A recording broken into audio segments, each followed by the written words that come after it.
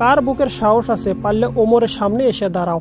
কার মায়ের বুক খালি করতে চাও পারলে ওমরের সামনে এসে দাঁড়াও। কার বউকে বিধবা দেখতে চাও পারলে ওমরের সামনে এসে দাঁড়াও। আসসালামু আলাইকুম, সবাই আশা করি ভালো আছেন। তো আজকে আপনাদেরকে এমন একজন মানুষের বাড়ি সম্পর্কে বলবো যে মানুষটা ইসলামের দ্বিতীয় খলিফা, হ্যাঁ ওমর বিন খাত্তাব রাদিয়াল্লাহু তাআলা আনহুর বাড়ি আজকে আপনাদেরকে দেখাবো। যে বাড়িটা আমিও জানি না যে এখানে অবস্থিত।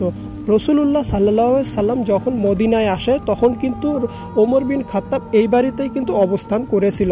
এখন সেই বাড়িটা যে এখানেই অবস্থিত সেই বাড়িটা কিন্তু আমি জানতাম না। রসুলের রওজা থেকে বের হয়ে একটু হোটেলে খাবার খাওয়ার জন্য সামনের দিকে পশ্চিম দিকে রওনা দিছিলাম যে একটু হোটেলে খাওয়া দাওয়া করব।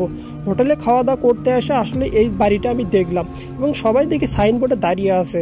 তাই আমি সাইনবোর্ডটা স্ক্যান করে একটু পড়া শুরু করলাম, দেখি আসলে এটা কি।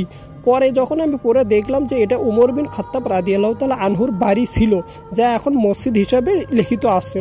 তা আসলে চিন্তা করুন, এই বাড়িটা এমন জায়গায় অবস্থিত যা আসলে কারো চোখের পড়ার মতো না।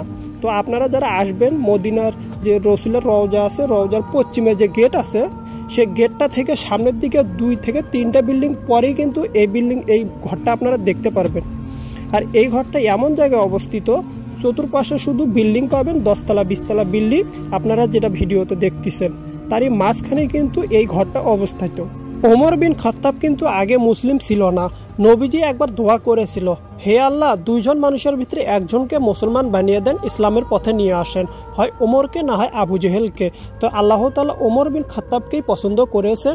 পরে কিন্তু ওমর বিন খাত্তাব নবীজির চুরি করে কোরআন তেলাওয়াত শুনে নবীজিকে ভালো লাগা শুরু করে দিল। পরে কিন্তু নবীজির কাছে ইসলাম গ্রহণ করেছে। পরে নবীজিকে বলেছিল, হে নবী, আপনি শুধু একবার ঘোষণা দেন, ইসলামের দাওয়াত আমি প্রকাশ্যে করব। এবং নবীজি না করেছিল, কিন্তু ছোট পরিসরে একবার বলেছিল যে পারমিশন আছে, ছোট পরিসরে তুমি দাওয়াত দাও। এরপরে 11 জন লোক নিয়ে মক্কায় দাওয়াত দিয়েছিল ঠিক এইভাবে। কার বুকের সাহস আছে পারলে ওমরের সামনে এসে দাঁড়াও।